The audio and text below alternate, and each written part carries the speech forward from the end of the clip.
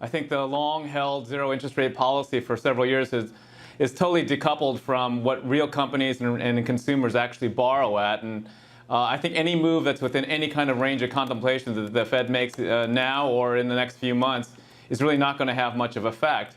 So what we really focus on at Alger is bottoms-up fundamentals. We have a large, experienced analyst team, a tremendous amount of experience there, looking at every sector.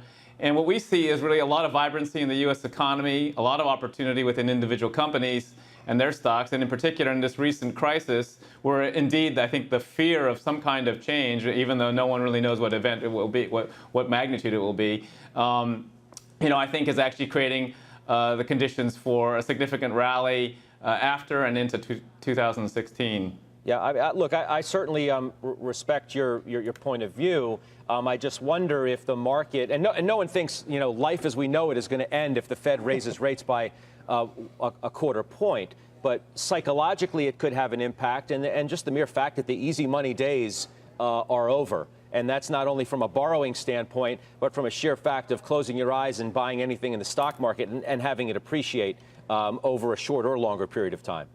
I mean, our view is that the stock market ultimately is driven by the fundamentals of real companies and the real economy. And while interest rates are certainly relevant, for many companies and consumers, they're not relevant at the levels at which the Fed is talking about, because in fact, no consumer borrows at 0 or 25 basis points or 50 basis points, and the companies don't either generally.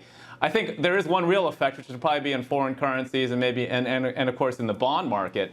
But when we look at corporate earnings, the strength and resiliency in the consumer these days, I mean, unemployment among college graduates in the U.S. is under 2.2%. That's incredibly good. And overall unemployment, as you all know, has fallen to 5.1%.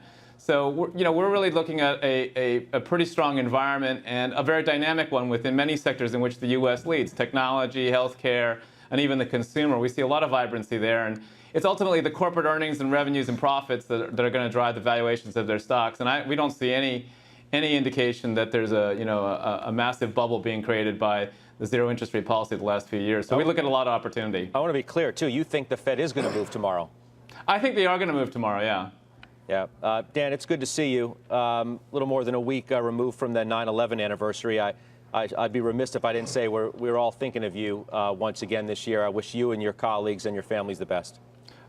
Thank you. That's incredibly kind of you. We are, of course, always remembering our colleagues, David Alger and the 34 others that we lost. I think actually Alger itself, our rebuilding, our recovery, today we're at all-time highs, our performance is excellent, is actually a little bit like President Obama was saying. America is a fantastic country, incredible opportunities, we are strong.